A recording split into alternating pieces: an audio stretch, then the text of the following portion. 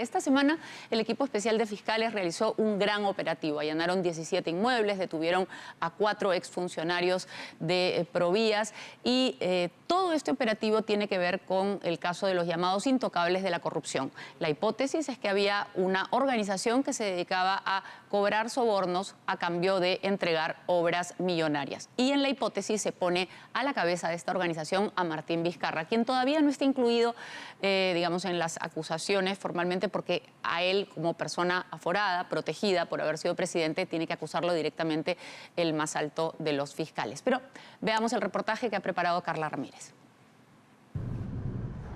Bienvenidos al Malecón Ribereño. Se puede leer cuando se ingresa a Samegua, un distrito en Moquegua, pero el malecón no existe. La obra, que debió entregarse en octubre del 2021, más de 2 años después, está en estas lamentables condiciones. Irónicamente, un cartel advierte a la gente que camine por la vereda, pero vereda no hay. Estos moqueguanos, por ejemplo, pasan sobre lo que debería ser un camino vecinal con grandes muros de contención al río. La obra, cuyo contrato superó los 63 millones de soles, se inició en el gobierno del moqueguano Martín Vizcarra, quien personalmente en septiembre del 2020 puso aquí mismo la primera piedra junto a su entonces ministro de Transportes y Comunicaciones, Carlos Estremadoiro. Y él puso la primera piedra para que Moquegua, él dijo que iba a quedar muy bonito esto, pero vemos que no está bonito, han pasado los años y todo es inconcluso, no se ha cumplido nada. No ha pasado nada con la construcción de la obra, pero sí mucho con una investigación fiscal que le incluye en una trama de millonarias coimas que han puesto en la mira al propio expresidente Martín Vizcarra.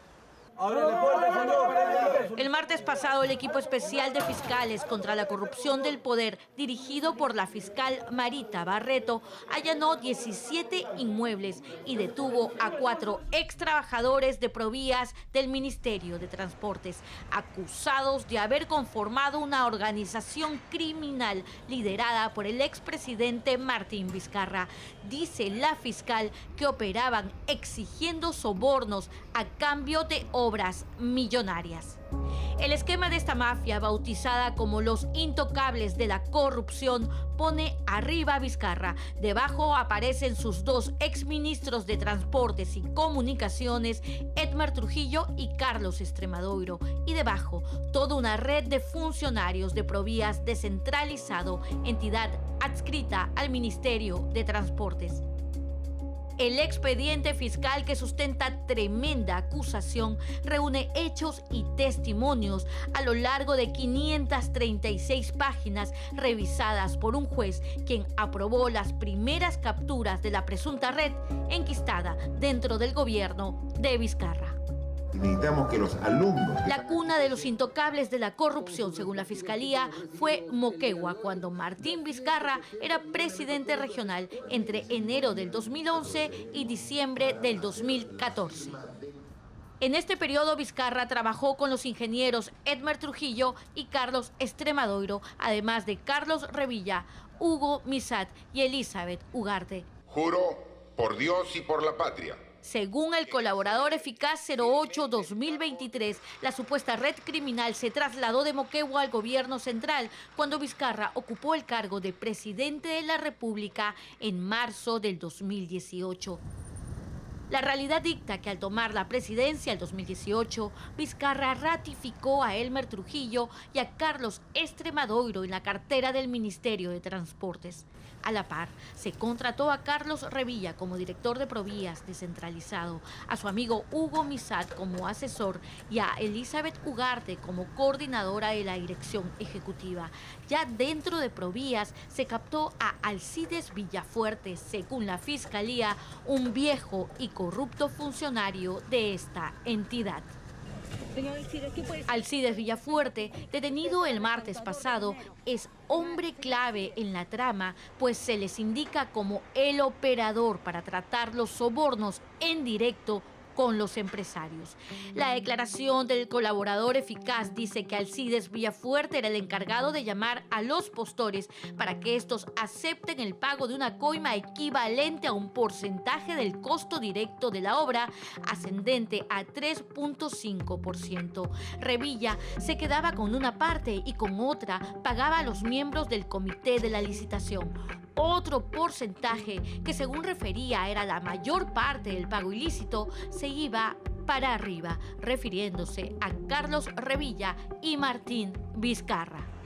Según la Fiscalía, Carlos Revilla, exdirector de Provías descentralizado, era quien coordinaba con el presidente Vizcarra y los ministros las entregas de coima, usando incluso las palabras oficios para referirse al dinero de las coimas. Según otro testigo en reserva, Revilla llegó a evadir la seguridad de Palacio de Gobierno para meter dinero en efectivo al despacho presidencial. La declaración del testigo en reserva 03 dice: la primera entrega realizada el 2018, Carlos Revilla llevaba un maletín color negro marca Adidas conteniendo bultos en su interior. Karen Roca procede a ingresar al despacho presidencial y acomodar las cosas personales de Vizcarra, donde observó el maletín. Por la curiosidad, logró abrirlo, observando que contenía en su interior gran cantidad de fajos de billetes. Según este testigo, Carlos Revilla, entonces director de Provías, hizo un segundo ingreso de sobornos entre septiembre y octubre del 2019. Dice, el señor Carlos Revilla visitó Palacio de Gobierno trayendo un maletín tipo mochila negra e ingresa al despacho del presidente Vizcarra.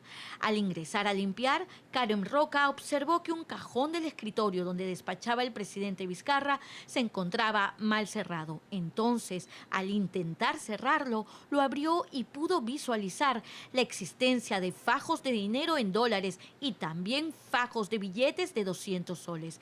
Karen Roca trató de cerrarlo y el entonces presidente Vizcarra la sorprendió y le dijo: oye, ¿qué haces allí?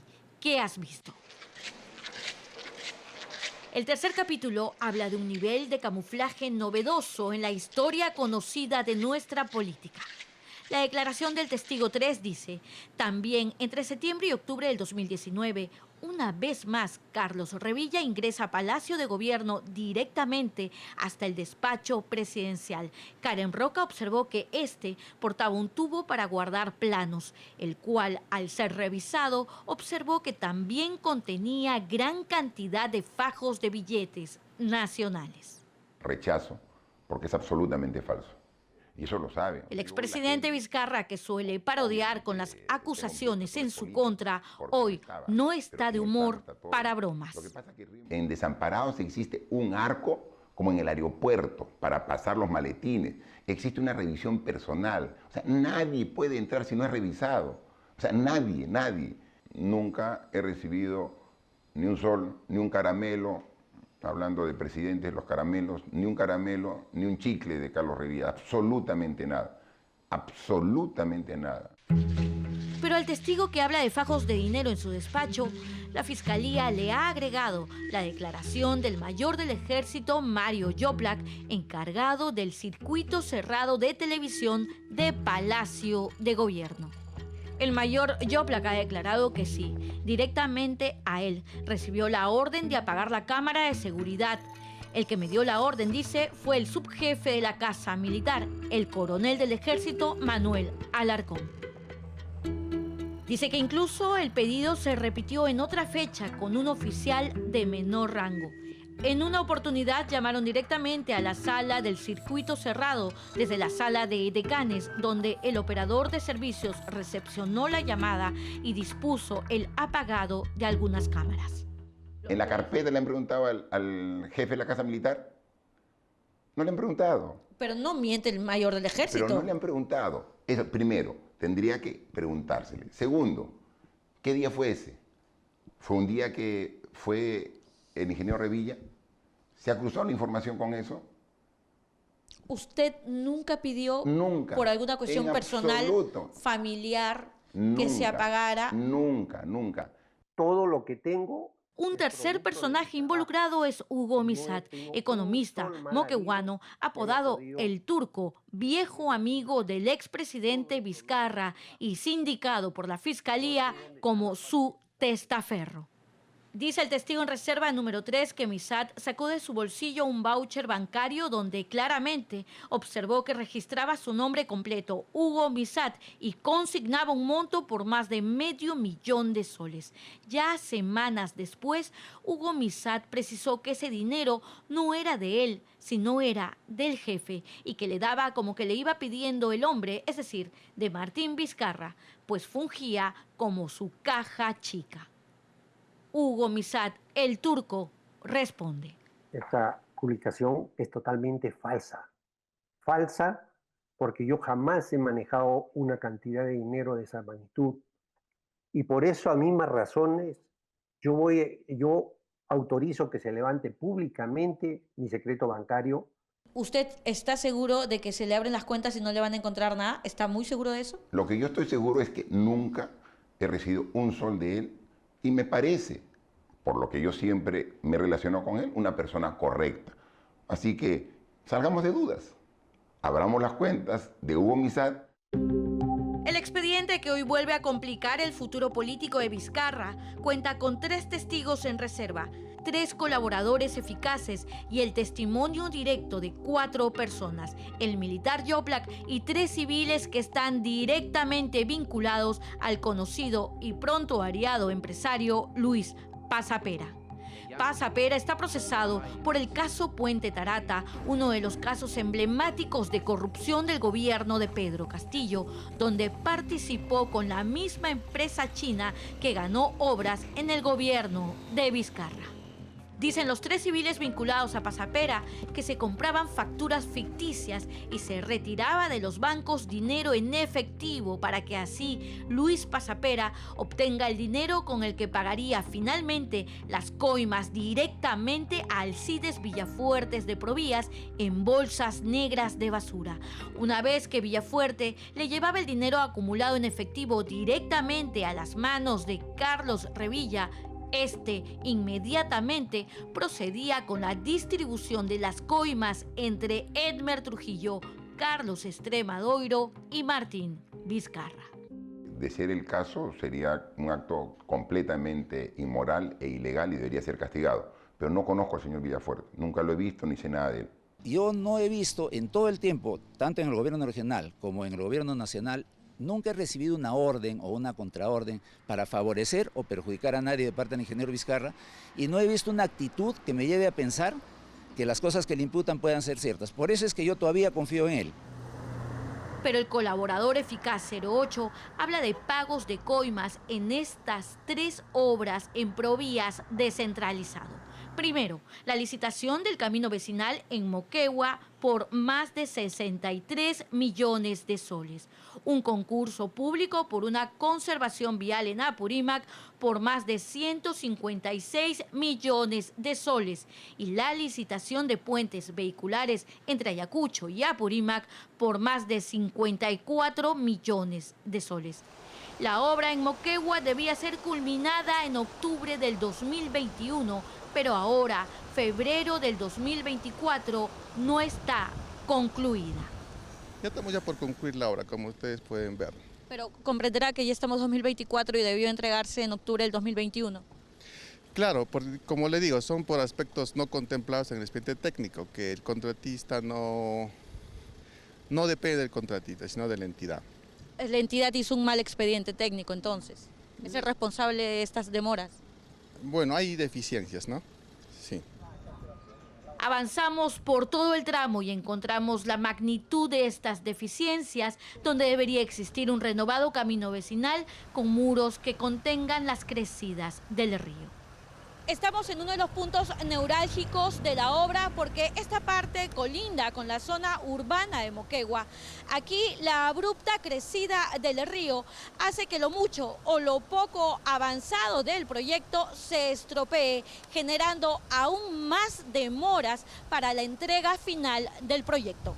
O sea que aquí se tenía que construir un muro de contención, pero lamentablemente este consorcio o esta empresa china no ha hecho lo que debía de cumplir. Y por eso que el río ha salido y ha destruido.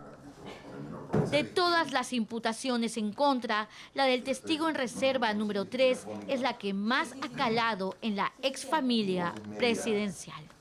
Dice el testigo, la ex primera dama era quien manejaba el dinero en efectivo. Karen Roca fue testigo presencial de que la señora Maribel es quien maneja el dinero de las coimas que se le han entregado a Martín Vizcarra. Que me ataquen a mí con mentiras, con bajezas, aguanto. Parado de pie y sin polo, como lo he dicho más de una vez. Pero que ataquen a mi esposa, eso sí me duele en el alma. Y eso sí va a meritar una respuesta legal contundente. Martín Vizcarra mantiene su trinchera en las oficinas de su proyecto político, de donde asegura que las difamaciones no calarán. De este moqueguano a la tierra de sus paisanos hay millas de distancia y distintos lamentos. En Moquegua, más allá de los responsables, hay consecuencias de esas obras no hechas, no terminadas, que para la Fiscalía incluyeron coimas millonarias.